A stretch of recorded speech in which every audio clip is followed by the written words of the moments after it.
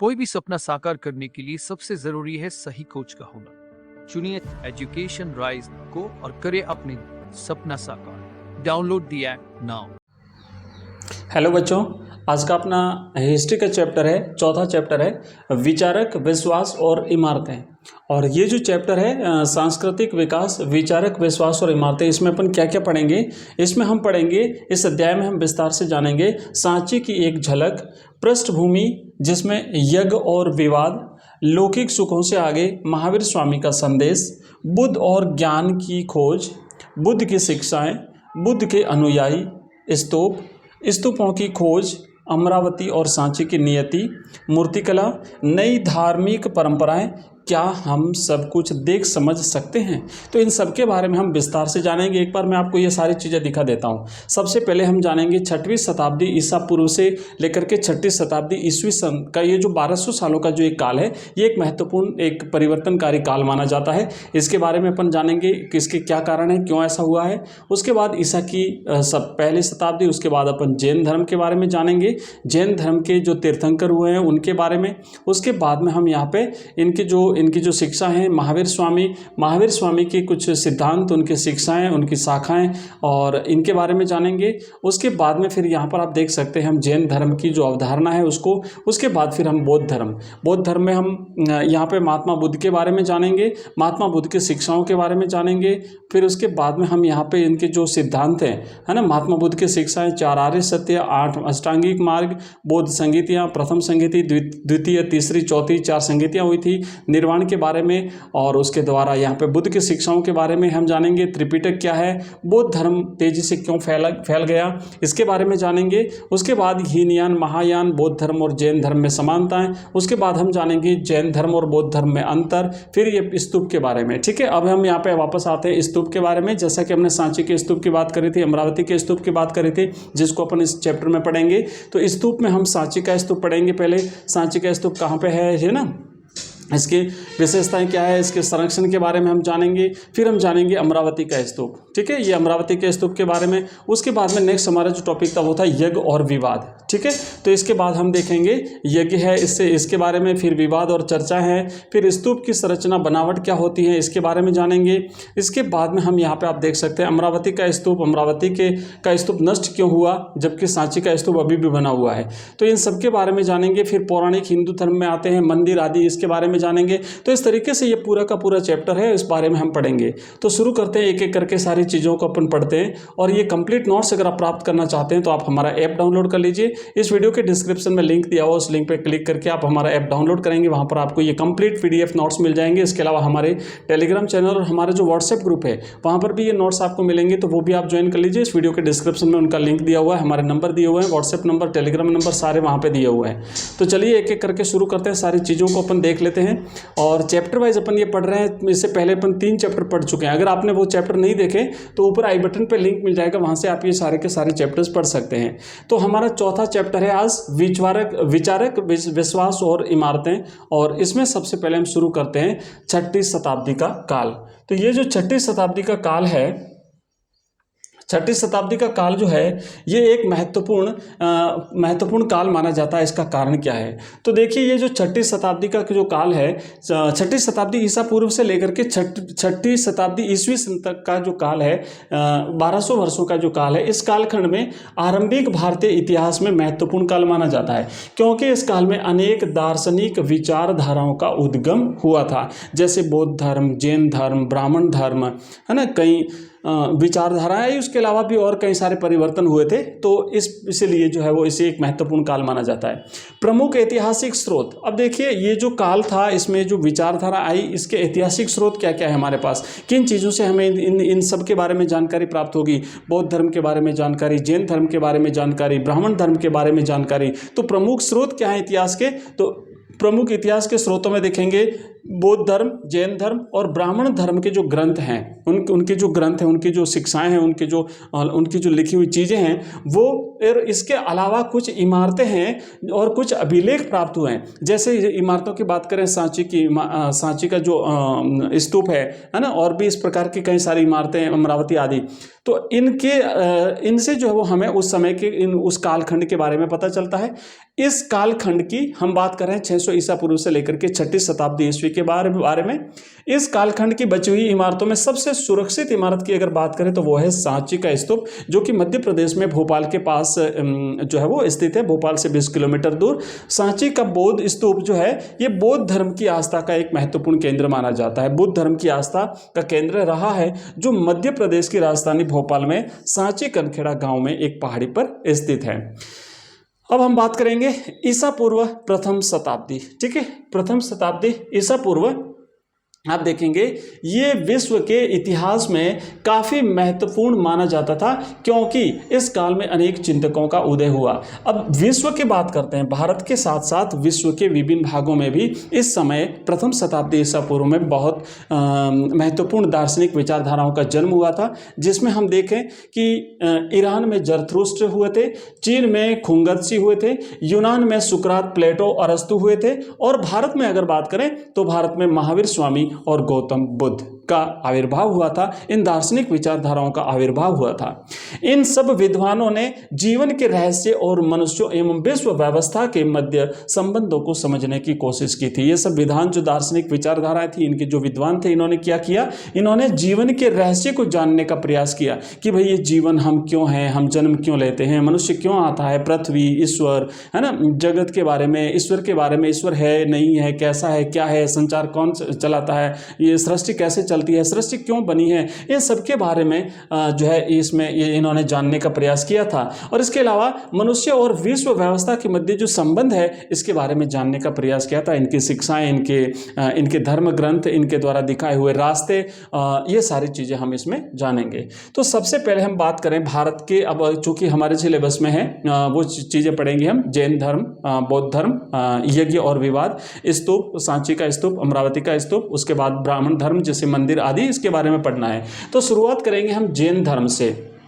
जैन धर्म की बात करते हैं तो देखिए, जैन धर्म जो है ये भारत में काफ़ी तेज़ी से, जैन धर्म और बौद्ध धर्म, इनका विकास बहुत तेज़ गति से हुआ था, भारत में काफ़ी तेज़ गति से हुआ था। तो जैन धर्म में 24 तीर्थंकर हुए हैं। तीर्थंकर मतलब इनके जो देवता हैं, जो भगवान हुए हैं, ये जिनको मानते हैं, इनके पुरुष जो हुए हैं, जिनका अनुगमन करता है ये धर्म। तो ऐसे 24 इनके जो लीडर्स हुए हैं, उनको जो है वो ये तीर्थंकर मानते हैं। इसके जो संस्थापक थे जैन धर्म के, वो थे ऋषभदेव, और इनका दूसरा नाम था आदिनाथ। सबसे पहले जो इनके तीर्थंकर हुए हैं, सबसे पहले जो इनके भगवान हुए हैं जैन धर्म के, उनका नाम था आदिनाथ। आदि मतलब सबसे प्रारंभ, ठीक है। तो आदिनाथ, और साथ ही साथ इनका दूसरा नाम था ऋषभदेव, याद रखिएगा। ऋषभदेव या आदिनाथ को प्रथम तीर्थंकर माना जाता है। देखो यहाँ से छोटे छोटे प्रश्न बन सकते हैं कि जैन धर्म में कितने तीर्थंकर हुए हैं, तो आप लोग बताइएगा। जैन धर्म में 24 तीर्थंकर हुए हैं। जैन धर्म के प्रथम तीर्थंकर कौन हुए हैं, तो ऋषभदेव या आदिनाथ जैन धर्म के प्रथम तीर्थंकर हुए हैं। अब इनके प्रमुख सिद्धांत क्या है जैन धर्म के, तो एक तो है नियतिवाद, अर्थात सब कुछ भाग्य और नियति के अधीन है, ठीक है ना। नियतिवाद ये कहता है कि सब कुछ निश्चित है, नियत है, पहले से तय है क्या होना है क्या नहीं होना है, और एवं पहले से ही निश्चित है, ये नियतिवाद मानता है। जैन धर्म जिन शब्द से निकल करके बना है, जैन धर्म जिन शब्द से निकल करके बना है, जिसका अर्थ होता है विजेता। जिन मैंने जीतना, इंद्रियों को जीतना, है ना, इंद्रियों को जीतना। जैन धर्म ग्रंथों का संकलन अंतिम रूप से 500 ईस्वी के आसपास गुजरात के वल्लभी में हुआ था। जैन धर्म भारत के प्राचीन धर्मों में से एक है, और जैन धर्म की शिक्षाएं 6ठी सदी ईस्वी पूर्व से पहले ही भारत में प्रचलन में थी। तो 6ठी शताब्दी ईसा पूर्व यानी 600 ईसा पूर्व से पहले से प्रारंभ हो चुकी थी भारत में, और ये काफ़ी लंबे समय तक भारत में रहा था। बहुत तेज गति से इसका विकास हुआ था भारत में। जैन परंपरा के अनुसार महावीर से पहले 23 तीर्थंकर हो चुके हैं। इनके जो 24वें तीर्थंकर है वो है भगवान महावीर स्वामी, और 23वें तीर्थंकर भगवान पार्श्वनाथ। तो महावीर स्वामी स्वामी से पहले 23 तीर्थंकर हो चुके थे, याद रखिएगा। महावीर स्वामी 24वें तीर्थंकर हैं और महावीर स्वामी जो है ये जैन धर्म के 24वें तीर्थंकर माने जाते हैं। जैन धर्म के पहले तीर्थंकर हमने देखा ऋषभदेव, या इनका नाम है आदिनाथ। 24वें तीर्थंकर है महावीर स्वामी और इनके 23वें तीर्थंकर है भगवान पार्श्वनाथ। ठीक है, लिखा है जैन धर्म के 23वें तीर्थंकर है भगवान पार्श्वनाथ। अब बात करते हैं तीर्थंकर की। तीर्थंकर का शाब्दिक अर्थ है संसार से पार होने के लिए घाट या तीर्थ का निर्माण करने वाला, एक ऐसा व्यक्ति जो हमें संसार से उस पार ले जाए, इस परे ले जाए, मोक्ष प्रदान करावे। तो ये है तीर्थंकर का। अब देखिए पहले तीर्थंकर की बात करेंगे। ठीक है, प्रथम तीर्थंकर। तो प्रथम तीर्थंकर जैन धर्म में हुए हैं ऋषभदेव, जिन्हें इस धर्म का संस्थापक भी माना जाता है। अब देखो प्रश्न ये भी बन सकता है कि जैन धर्म के संस्थापक कौन है। प्रथम तीर्थंकर अगर पूछा जाता है तब भी आपको लिखना है जैन धर्म के प्रथम तीर्थंकर है ऋषभदेव, या फिर अगर आपको उससे पूछा जाए कि इसके संस्थापक कौन है तो वो भी है ऋषभदेव या फिर आदिनाथ। ठीक है, यह अयोध्या के इक्ष्वाकु राजवंश से संबंधित है और इनका प्रतीक चिन्ह था वृषभ। ठीक है, याद रखिएगा। दूसरे तीर्थंकर हुए हैं अजितनाथ। पहली बार इनका उल्लेख यजुर्वेद में मिलता है और सारे तीर्थंकर हमें नहीं पढ़ने, इंपोर्टेंट है वो पढ़ेंगे हम। पहले हमने देख लिया ऋषभदेव आदिनाथ, आप लोग याद रखिएगा ये संस्थापक थे। दूसरे थे जिनका नाम था आदित्यनाथ। 19वें तीर्थंकर हुए हैं मल्लीनाथ, इन्हें नेमिनाथ के नाम से भी जाना था, जो कि वासुदेव कृष्ण के समकालीन थे। अब चूंकि कृष्ण के समकालीन है, थोड़ा सा इन्हें याद रखिए। तो ये 19वें तीर्थंकर थे, ये भगवान कृष्ण के समकालीन रहे थे। और बात करते हैं 23वें तीर्थंकर की, 23वें और 24वें। अब ये इंपॉर्टेंट है, इन्हें हमें याद रखना पड़ेगा। 23वें तीर्थंकर जो हुए हैं ये भगवान पार्श्वनाथ हुए हैं, जिन्हें प्रथम ऐतिहासिक तीर्थंकर माना जाता है। इनका जन्म महावीर से करीब 250 वर्ष पूर्व काशी राज्य में हुआ था। महावीर स्वामी 24वें तीर्थंकर हैं, तो इनसे पहले जो है वो तीर्थ। इनके पिता का नाम था अश्वसेन, इनकी माता का नाम था वामा। ग्रह त्याग इन्होंने 30 वर्ष की आयु में किया था। वास्तविक ज्ञान की प्राप्ति 84वें दिन हुई थी इनको, और इनका प्रतीक चिन्ह था सर्प। ठीक है, ये कुछ चीज़ें हैं जो इनसे संबंधित हैं। ऑब्जेक्टिव टाइप में प्रश्न पूछे जा सकते हैं, आप लोग इन्हें याद रखिएगा। नेक्स्ट आगे बढ़ेंगे, और मैं आपको बता दूं जो पीडीएफ अगर आप ये प्राप्त करना चाहते हो तो सारे के सारे पीडीएफ आपको हमारे ऐप में मिलेगी। हमारा ऐप है एजुकेशन राइज नाम से। एक बार फिर से मैं आपको बता देता हूं, हमारा ऐप जो एजुकेशन राइज है, यहाँ पे मैं लिख देता हूं नाम इस तरीके से है, एजुकेशन। आप एजुकेशन की स्पेलिंग लिखेंगे एजुकेशन, और पीछे लिखना है आपको RISE राइज। ये प्ले स्टोर पर आपको मिलेगा, आप सर्च करिए, वहाँ पे मिल जाएगा। और अगर वहाँ पे आपको नहीं ढूंढ पा रहे हो आप लोग, तो इस वीडियो के डिस्क्रिप्शन में लिंक दिया हुआ है, उस लिंक पर क्लिक करके भी आप इस ऐप को डाउनलोड कर सकते हैं, जहाँ पर आपको विभिन्न कोर्सेज मिलेंगे अलग अलग सब्जेक्ट्स के, जैसे हिस्ट्री का, पॉलिटिकल साइंस का, ज्योग्राफी का, हिंदी साहित्य, हिंदी कंपलसरी, इंग्लिश, ये सारे कोर्सेज मिलेंगे। और इन कोर्सेज में हमने चैप्टर वाइज जितने आपके, जैसे मान लो हिस्ट्री है तो हिस्ट्री के जितने भी चैप्टर्स हैं, पहले book first, book second, book third, तीनों किताबों के जो चैप्टर्स हैं फर्स्ट, सेकंड, थर्ड, फोर्थ, ऐसे उनके हमने कंप्लीट नोट्स अवेलेबल कराए हैं। उनके ऑनलाइन टेस्ट आपको वहाँ पे उस चैप्टर से रिलेटेड जो क्वेश्चंस है उनके अगर ऑनलाइन टेस्ट अगर आप देना चाहते हैं तो ऑनलाइन टेस्ट आप वहाँ पे दे सकते हैं। इसके अलावा आपको वहाँ पे पीडीएफ में आपको नोट्स मिलेंगे, वहाँ पे आपको वीडियो लेक्चर्स मिलेंगे, जो हमने पढ़ा है उसका वीडियो लेक्चर्स आपको मिलेगा वहाँ पे। आपको इसके अलावा क्वेश्चन आंसर्स मिलेंगे और आपको MCQs भी वहाँ पे मिलेंगे। ये सारी चीज़ें आपको मिलेगी। तो आप लोग जो है वो ये कोर्स जो है अगर आप देखना चाहे तो देख सकते हो। और रेट हमने मिनिमम से मिनिमम, आपको इससे कम कहीं पर नहीं मिलेगा,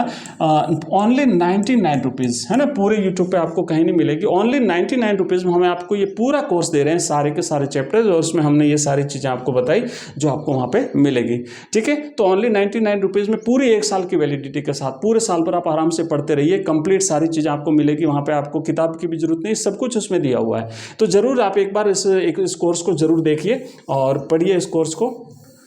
ठीक है, चलिए तो आगे बढ़ते हैं और यहाँ पे हम देखेंगे नेक्स्ट, फिर से अपन अपने टॉपिक पर आते हैं। हम पढ़ रहे थे जैन धर्म के बारे में, हमने 23वें तीर्थंकर भगवान पार्श्वनाथ के बारे में पढ़ा। 24वें तीर्थंकर जो हैं इस धर्म के वो है महावीर स्वामी। तो आइए देखते हैं महावीर स्वामी के बारे में हम यहाँ पे पढ़ेंगे। महावीर स्वामी इस धर्म के 24वें तीर्थंकर हैं और महावीर स्वामी जो है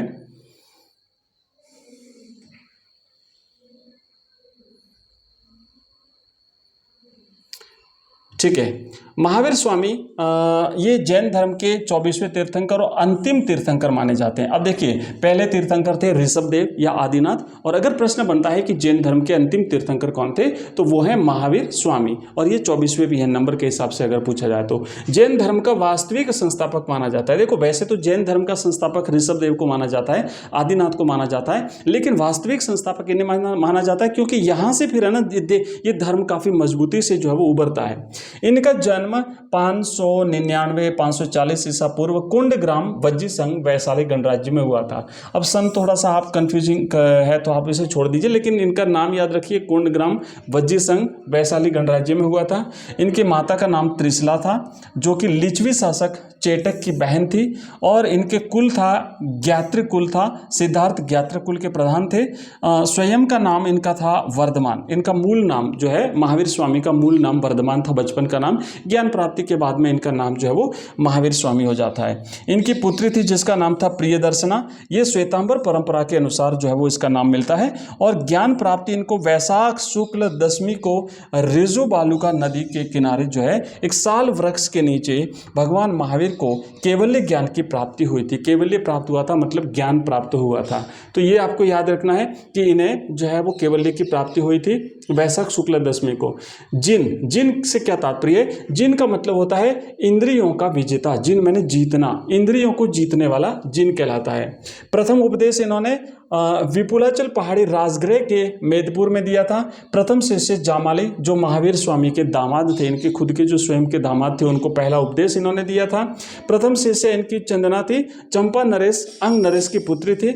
उपदेश की भाषा इन्होंने प्राकृत भाषा में उपदेश दिए थे। ध्यान रखना आपको, अगर जैन धर्म की अगर भाषा पूछी जाए, जैन धर्म के जो ग्रंथ हैं उनकी भाषा जो अगर पूछी जाए तो वो प्राकृत भाषा है, ध्यान रखना, और बौद्ध धर्म की पाली भाषा है। अनुयायी शासक इनके कौन कौन से उस समय के तत्कालीन जो शासक थे, कौन कौन से शासक इनके अनुयायी बन गए थे?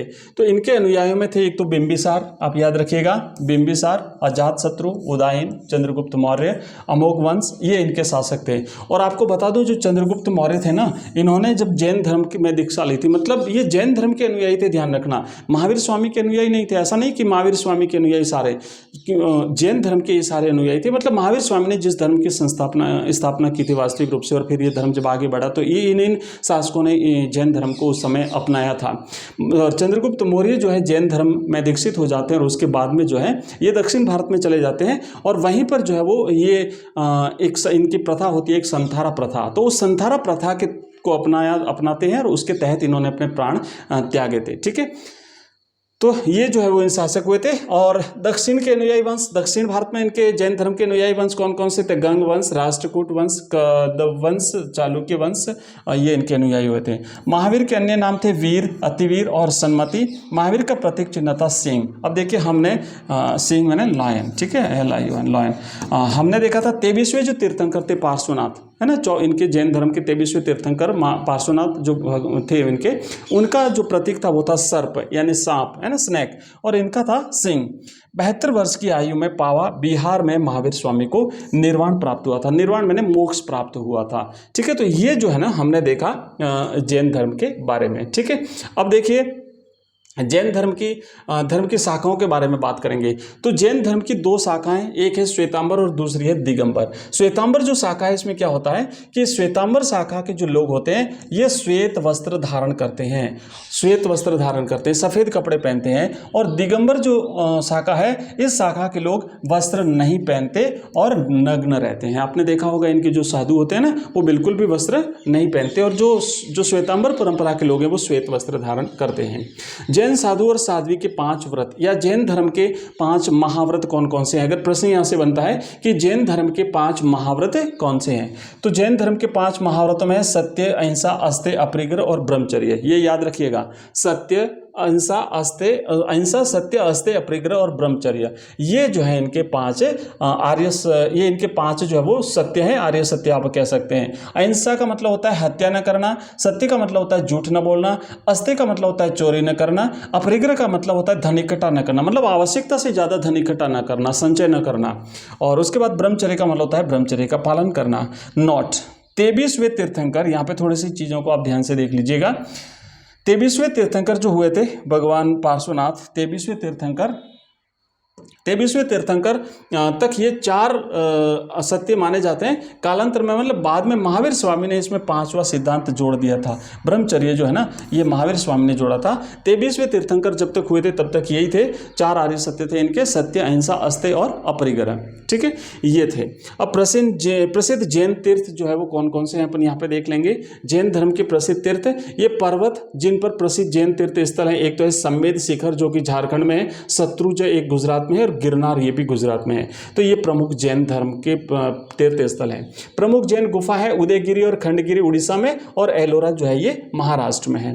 प्रमुख जैन मंदिर है श्रवण बेलगोला कर्नाटक में। आपको मैंने बताया था कि जो चंद्रगुप्त मौर्य जो इस धर्म के अनुयायी हो गए थे, तो ये अपने जिनसे इन्होंने दीक्षा ली थी जैन साधु से, उनके साथ ये श्रवण बेलगोला कर्नाटक में चले गए थे, और वहीं पर इन्होंने संथारा प्रथा के तहत जो है वो प्राण त्यागे थे।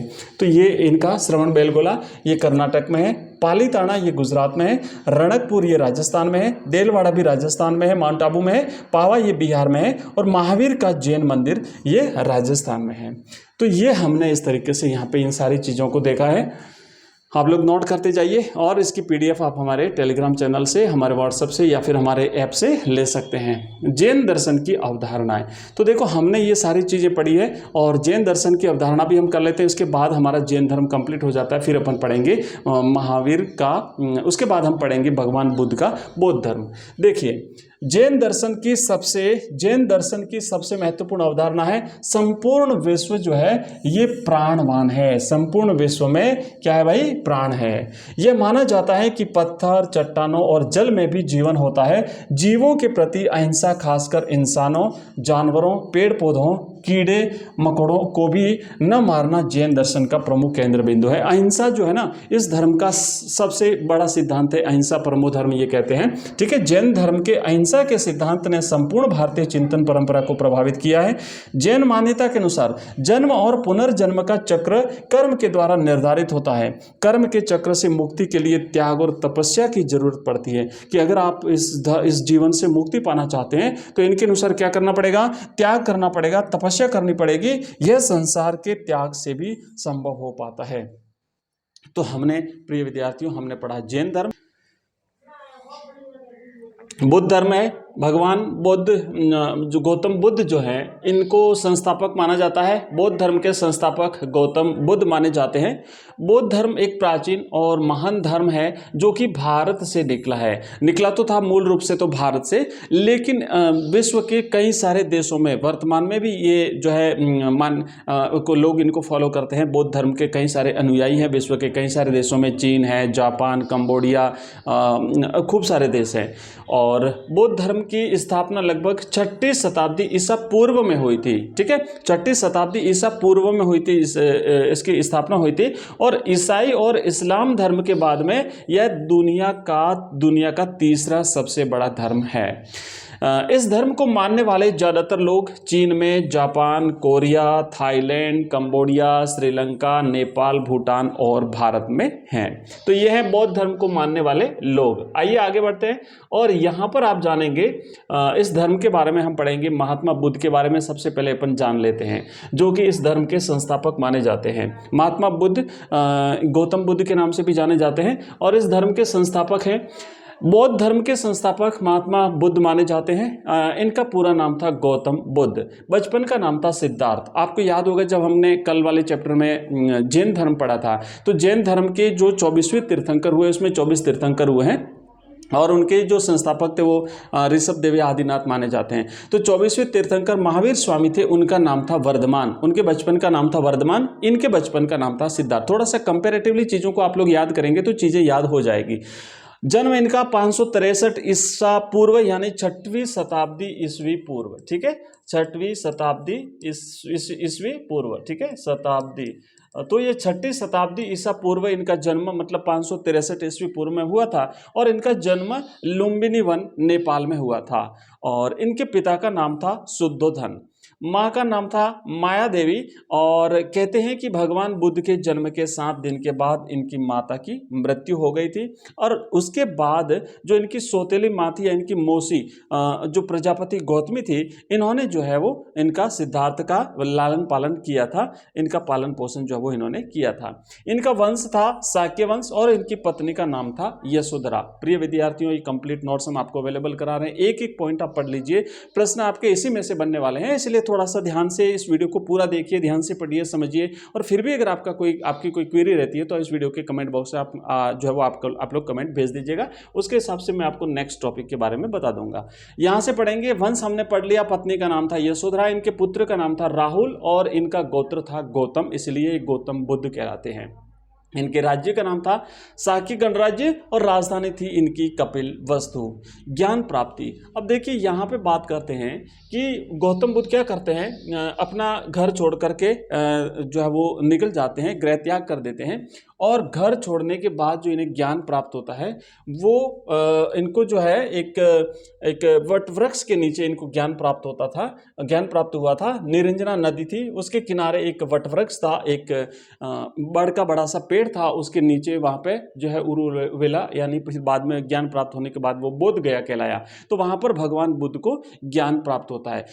दूसरी बात ये थी कि इनकी जो महत्वपूर्ण जो घटना है, जैसे घर त्याग करके निकल जाना, ज्ञान प्राप्त होना, प्रथम उपदेश, मोक्ष प्राप्त होना, निर्वाण जिसे कहते हैं, तो ये जो घटना है इनको विशेष नाम दिए गए जो कि हम आगे पढ़ेंगे, इनके सबके अपने अपने नाम हैं। इसके बाद में शाक्य वंश के होने के कारण शाक्य मुनि और गौतम गोत्र थी इनकी, इसलिए ये जो है वो गौतम कहलाते हैं, गौतम बुद्ध के नाम से जाने जाते हैं। इनका प्रथम उपदेश इन्होंने सारनाथ में दिया था और इसके बाद में ज्ञान प्राप्ति के पश्चात भगवान बुद्ध ने अपना प्रथम उपदेश यही दिया था।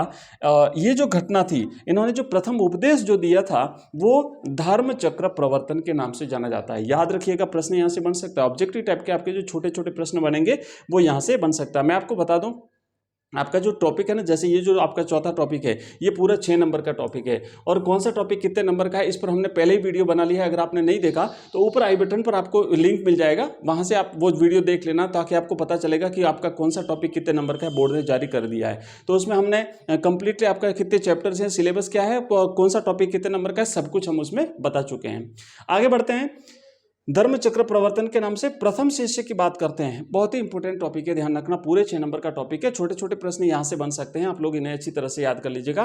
तपस्सु एवं भल्लीनाथ नामक बंजारे या वणिक को कहा गया है, पर इनका प्रधान शिष्य था वो था उपाली, जो ना मुख्य जो शिष्य था वो था उपाली। लेकिन भगवान बुद्ध का जो प्रिय शिष्य था वो था आनंद। ध्यान रखिएगा, आनंद एक तो प्रिय शिष्य और एक इनका प्रधान शिष्य, दोनों अलग अलग चीजें हैं, आप लोग याद रखिएगा।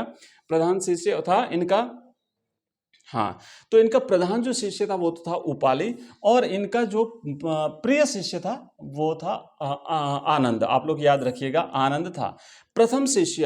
अब प्रथम शिष्य जो था वो तो था, हमने देखा तपस्वी या भल्लीनाथ, और प्रथम शिष्या जो थी महिलाओं को भी इन्होंने अपने संग में शामिल किया था इनके प्रिय शिष्य आनंद के कहने पर। तो उन्होंने अपनी मौसी जिन्होंने इनका लालन पालन किया था इनकी माँ की मृत्यु के बाद में, प्रजापति गौतमी जो है, ये आनंद के कहने पर इन्होंने प्रथम महिला को अपने संग में शामिल किया था। बाद में बौद्ध धर्म में महिलाएं भी शामिल हुई थी। उपदेश की भाषा इनकी पाली थी। जैसे हमने जैन धर्म के बारे में कल पढ़ा था, तो इनकी जो भाषा थी, जैनों की जो भाषा थी वो प्राकृत भाषा थी और इनकी भाषा थी वो पाली भाषा थी। सर्वाधिक उपदेश देने का स्थान श्रावस्ती में इन्होंने सबसे ज्यादा उपदेश दिया था। और बुद्ध के अनुयायी जो शासक थे उसमें बिंबिसार आता है, अजातशत्रु आता है, प्रसेनजीत है, उदायीन है, प्रधोत है और अवंती पुत्र है। तो ये शासक थे जिन्होंने उस दौरान इस धर्म को जो है आश्रय दिया था और ये इनके एक प्रकार से अनुयायी बन गए थे।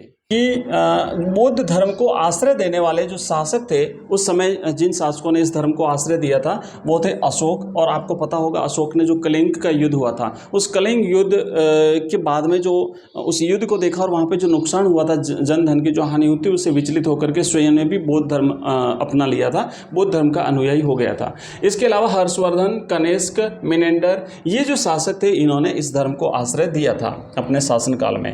बुद्ध के जीवन काल से संबंधित जो इनके जीवन स्थान है वो है, एक तो लुम्बिनी प्रसिद्ध है, एक सारनाथ है, एक कपिल वस्तु है, बोध गया है, कुशीनगर है और कुशीनारा है।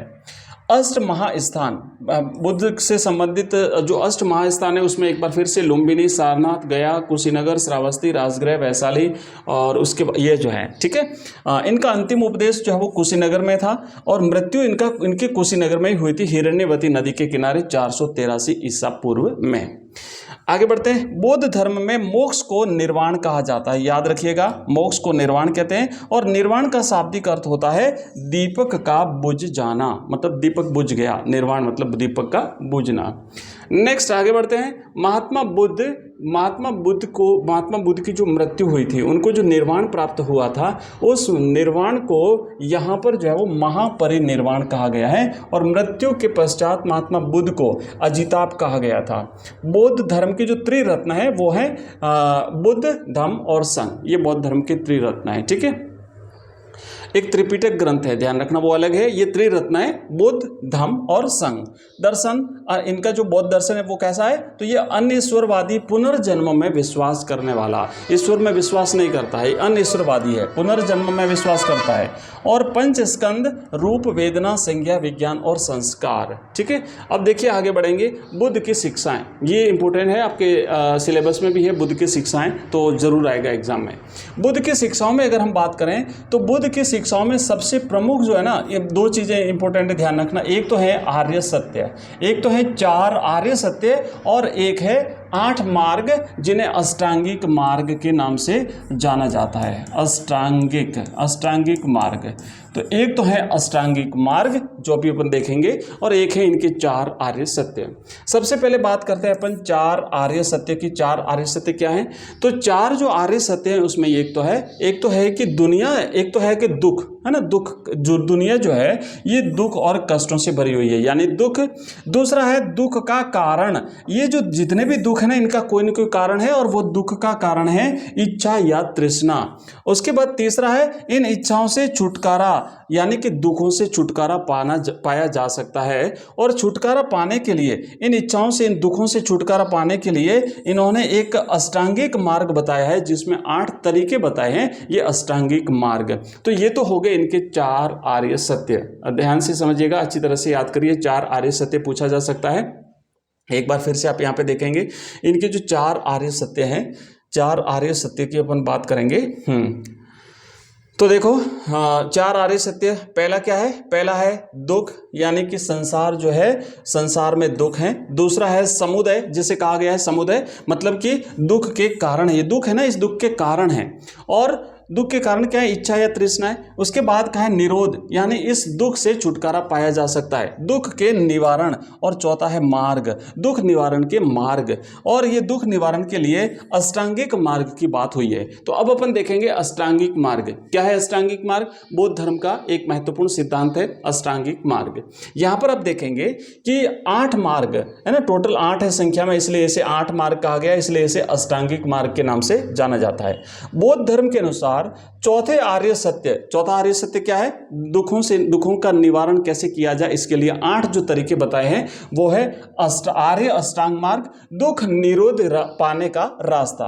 गौतम बुद्ध कहते थे कि 4 आर्य सत्य की सत्यता का निश्चय करने के लिए इस मार्ग का अनुसरण करना चाहिए। और ये जो 4 आर्य सत्य जो है इन्हें प्राप्त करने के लिए जो 8 अष्टांगिक मार्ग बताए, उनका एक निश्चित क्रम है, यानी पहला प्राप्त किया उसके बाद आप दूसरा प्राप्त करोगे, दूसरा प्राप्त करने के बाद फिर आप तीसरा प्राप्त करोगे। तो देखो, पहला है सम्यक दृष्टि, 4 आर्य सत्य में विश्वास करना, यह है सम्यक दृष्टि। दूसरा है सम्यक संकल्प, मानसिक और नैतिक विकास की प्रतिज्ञा करना। तीसरा है सम्यक वाक, हानिकारक बातें और झूठ नहीं बोलना। चौथा है सम्यक कर्म, हानिकारक कर्म न करना। पांचवा है सम्यक जीविका, कोई भी स्पष्टतः या अस्पष्टतः हानिकारक व्यापार न करना।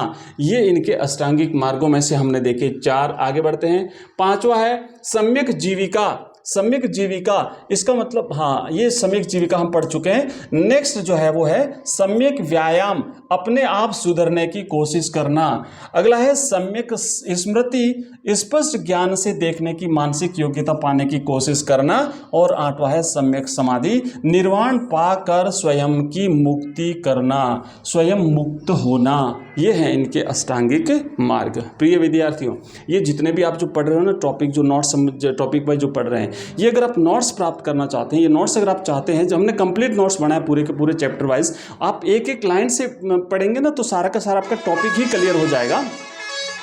तो आप अगर ये नोट्स प्राप्त करना चाहते हैं तो आपको हमारा ऐप डाउनलोड कर लेना। हमारा ऐप है एजुकेशन राइज नाम से, प्ले स्टोर पर अवेलेबल है। एजुकेशन राइज प्ले स्टोर पर आपको मिल जाएगा। साथ ही इस वीडियो के डिस्क्रिप्शन में हमने लिंक दिया है, उस लिंक पर क्लिक करके आप ऐप डाउनलोड करोगे। वहाँ पर आपको अलग अलग कोर्सेज मिलेंगे। हिस्ट्री का कोर्स है, पॉलिटिकल साइंस का कोर्स है, ज्योग्राफी का कोर्स है, हिंदी साहित्य, हिंदी कंपलसरी, इंग्लिश, सबके आपको कोर्स मिलेंगे। वहाँ पे चैप्टर वाइज हमने जो आपका लेटेस्ट जो सिलेबस है उस सिलेबस के हिसाब से जो भी आपके चैप्टर्स हैं उस चैप्टर्स को हमने कंप्लीट वहाँ पे तैयार किया है, जिसमें आपको PDF मिलेगी, है ना, PDF में आपको नोट्स मिलेंगे। इसके अलावा वहाँ पे जो है ना वो उस चैप्टर से रिलेटेड आपको वीडियो मिलेगा जिसमें उस टॉपिक को पढ़ाया गया है।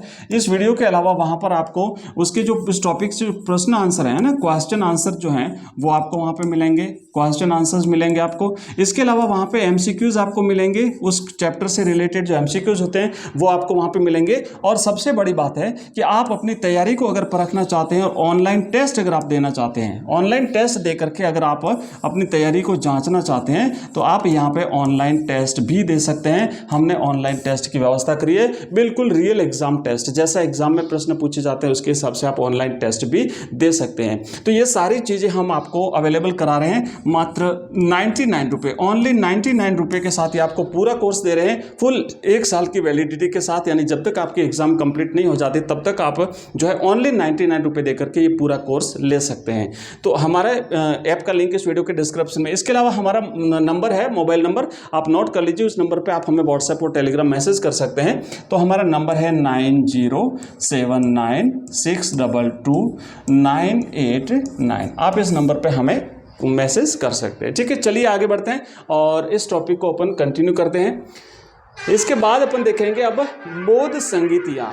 बौद्ध धर्म के विकास के लिए महात्मा बुद्ध के निर्माण के बाद में कुछ सम्मेलन आयोजित हुए थे, 4 सम्मेलन आयोजित हुए थे, कहीं पर 5 का भी उल्लेख है, लेकिन 4 महत्वपूर्ण है। उन 4 बौद्ध संगीतियों के बारे में अपन यहाँ पे जानकारी प्राप्त करेंगे। बौद्ध संगीतियों की बात जब हम करते हैं तो महात्मा बुद्ध के परिनिर्वाण के अल्प समय के पश्चात से ही उनके उपदेशों को संग्रहित करने, अब क्या था कि जो महात्मा बुद्ध ने जो उपदेश दिए थे उनको एक जगह इकट्ठा किया जाए, साथ ही साथ उनका पाठ या वाचन करना। अब जब उनको एक जगह इकट्ठा कर दिया जाएगा तो उनको पढ़ना, उनका वाचन करना आदि उद्देश्य से संगीति का आयोजन किया गया था। संगीति माने सम्मेलन, है ना, एक सम्मेलन कि भाई हम सम्मेलन बुलाएं और उन सबको एक ग्रंथ में संग्रहित करें। इन्हें धम्म संगीति यानी धर्म संगीति कहा जाता है। संगीति का अर्थ होता है साथ साथ गाना। ठीक है, इन संगीतियों की संख्या और सूची अलग अलग संप्रदायों, कभी कभी एक ही संप्रदाय के भीतर भी अलग अलग बताई गई हैं। एक मान्यता के अनुसार बौद्ध संगीतियां निम्नलिखित थी। तो कुछ विवाद हो सकता है, लेकिन एक सामान्य सिद्धांत के तौर पर, एक सामान्य अगर एक आम धारणा के हिसाब से अगर बात करें तो 4 बौद्ध संगीतियां जो थी वो इस प्रकार थी। पहली बौद्ध संगीति, प्रथम बौद्ध संगीति जो थी इसका आयोजन जो है वो राजगृह में 483 BC का मतलब होता है बिफोर क्राइस्ट। ठीक है, बिफोर क्राइस्ट यानी ईसा मसीह से पहले हुई थी, या आयोजन हुआ था, राजगृह में हुआ था। ध्यान रखना, राजगृह पाटलिपुत्र, राजगृह जो है वो मगध की राजधानी, आपको याद होगा, पहली राजधानी। उसके बाद में दूसरी जो संगीति हुई थी, दूसरी बौद्ध संगीति हुई थी, इसका आयोजन वैशाली में 383 BC में। पहली देखो 483, दूसरी है 383, एक 100 सालों का जो है वो अंतर है। तीसरी बौद्ध संगीति हुई थी 200 पाटलिपुत्र में हुई थी 251 AD का मतलब होता है एनो डोमिनी। AD नहीं है, यहाँ पर भी BC है, AD नहीं है, यहाँ पर भी BC है। ठीक है, बिफोर क्राइस्ट यहाँ पर भी BC है। और चौथी जो बौद्ध संगीति हुई थी, चौथी बौद्ध संगीति ये कोंडलवन कश्मीर में हुई थी। ये प्रथम शताब्दी ईस्वी की प्रथम शताब्दी में हुई थी। ठीक है, तो ये 4 संगीतियां हुई थी। और यहाँ पर जो है ना एक 5वीं बौद्ध संगीति का भी उल्लेख मिलता है, उज्जैन में हुई थी 172 एडी में। एडी का मतलब होता है एनो डोमिनी, यानी ईस्वी सन। तो ये है, ये आपको याद रखना है। ये 4 बौद्ध संगीतियाँ, पहली राजगृह में, दूसरी हुई थी वैशाली में, तीसरी पाटलिपुत्र में, और चौथी बौद्ध संगीति कुंडलवन कश्मीर में हुई थी। आइए थोड़ा सा इनके बारे में विस्तार से जानते हैं, बात करते हैं प्रथम बौद्ध संगीति की। प्रथम बौद्ध संगीति का आयोजन यहाँ पे आप देखेंगे कि हमने अभी देखा थोड़ी देर पहले 483 ईसा पूर्व, 483 ईसा पूर्व राजगृह में राजा अजात शत्रु के द्वारा प्रथम बौद्ध संगीति का आयोजन करवाया गया था। आप थोड़ा सा इन्हें सूत्र के रूप में भी याद कर लीजिए, मैं बाद में आपको एक सूत्र बताता हूँ ताकि आपको चारों बौद्ध संगीतियाँ याद हो जाएगी, चारों बौद्ध संगीतियों के सन याद हो जाएंगे, चारों बौद्ध संगीतियों या किस शासक के शासन काल में हुई थी उनके नाम याद हो जाएंगे, और साथ ही साथ कहाँ पे आयोजित हुई थी वो स्थान आपको याद हो जाएगा। और इस दौरान विनय पिटक और सुत्त पिटक की रचना हुई थी। त्रिपिटक अभी हमने देखा था, एक तो त्रिरत्न है बुद्ध धम्म और संघ, और एक है त्रिपिटक मतलब 3 पिटारियां, 3 ग्रंथ, 3 टोकरियां। तो उसमें है विनय पिटक, सुत्त पिटक और अभिधम्म पिटक। तो उसमें से 2 जो पिटक थे उनकी रचना जो है वो इस पहली बौद्ध संगीति के दौरान हुई थी, विनय पिटक और सुत्त पिटक। ठीक है, पहली बौद्ध संगीति राजगृह में राजा अजात शत्रु के शासन काल में 483 ईसा पूर्व में। दूसरी बौद्ध संगीति 383 ईसा पूर्व, पहली इस संगीति के 100 साल बाद का आयोजन वैशाली में हुआ था। ठीक है, इसका आयोजन यहाँ पे हुआ था। उसके बाद में अपन आगे बढ़ेंगे। जो तृतीय बौद्ध संगीति, इसका आयोजन अशोक के द्वारा 251 ईसा पूर्व में हुआ था, 251 ईसा पूर्व में। ठीक है, 251 ईसा पूर्व में जो है वो इसका आयोजन पाटलिपुत्र में कराया गया था। इस दौरान त्रिपिटक की रचना हुई थी। चौथी बौद्ध संगीति, इसका आयोजन राजा कनिष्क के द्वारा 72 ईस्वी में करवाया गया था, इसलिए इसे 72 ईस्वी, इसलिए इसे प्रथम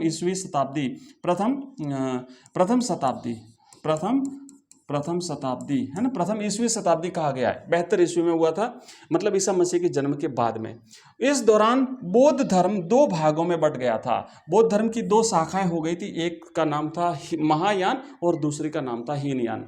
आपको याद होगा हमने कल जैन धर्म पढ़ा था, तो जैन धर्म के भी 2 संप्रदाय हो गए थे, एक था श्वेतांबर तो दूसरा था दिगंबर। तो इसी तरीके से बौद्ध धर्म भी 2 शाखाओं में विभाजित हो गया, महायान और हीनयान। बात करते हैं महायान की। तो महायान जो है ना, ये बौद्ध धर्म के मतलब महायान में वो लोग थे, वो समर्थक थे जो भगवान बुद्ध को भगवान मानते थे और भगवान के रूप में ही उनकी पूजा करते थे। और दूसरी तरफ था हीनयान। हीनयान मानता था कि भगवान बुद्ध जो है ना वो भगवान नहीं थे, वो इनको भगवान नहीं मानते थे। हीनयान, महायान में तो बुद्ध को भगवान मानते थे, और हीनयान वाले भगवान बुद्ध को जो है ना वो उसके वे समर्थक जो ये मानते थे कि बुद्ध भी सामान्य लोगों की तरह सामान्य ही थे, केवल उन्हें ज्ञान की प्राप्ति हुई, इसलिए उनके ज्ञान पर विश्वास किया जाना चाहिए, यानी वह ज्ञान को बुद्ध से ऊपर रखते हैं। महायान के लोग हैं वो भगवान बुद्ध को ऊपर रखते, भगवान मानते हैं, जबकि हीनयान वाले लोग कहते हैं कि नहीं, बुद्ध नहीं बल्कि ज्ञान मुख्य है, वो ज्ञान को ज़्यादा महत्व देते हैं। इसके बाद में हम बात करेंगे निर्वाण। ठीक है, निर्वाण का मतलब शाब्दिक अर्थ क्या होता है? दीपक का बुझ जाना, दीपक का बुझ जाना निर्वाण का शाब्दिक अर्थ है। और या फिर ठंडा पड़ जाना, अर्थात वह अवस्था जब चित्त की मलिनता समाप्त हो जाती है और तृष्णाओं और दुखों का अंत हो जाता है, तो फिर वो क्या कहलाता है भाई? वो निर्वाण कहलाता है।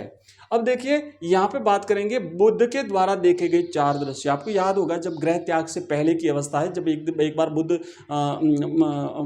कहते हैं नगर भ्रमण पर निकले थे, तो नगर भ्रमण के दौरान उन्होंने 4 ऐसे दृश्य देखे जिनसे फिर उनके मन में ये गृह त्याग का भाव जो है वो उत्पन्न हुआ था। सबसे पहले उन्होंने बूढ़ा व्यक्ति देखा था। सबसे पहले जब बूढ़ा व्यक्ति देखा और उसके बाद जो है वो उसको देख करके एक प्रकार से क्या है विचलित हो गए, और बूढ़े व्यक्ति के बाद में फिर उन्होंने एक बीमार व्यक्ति को देखा, उसके बाद इन्होंने एक लाश ले जाते हुए देखा, और उसके बाद इन्होंने एक सन्यासी को देखा। तो सन्यासी को देखा तो उन्होंने सोचा भाई सबसे ज़्यादा सुखी तो यही है ना, दुनियादारी से कोई लेना देना नहीं, और इस तरीके से फिर वो गृह त्याग के लिए प्रेरित हो जाते हैं।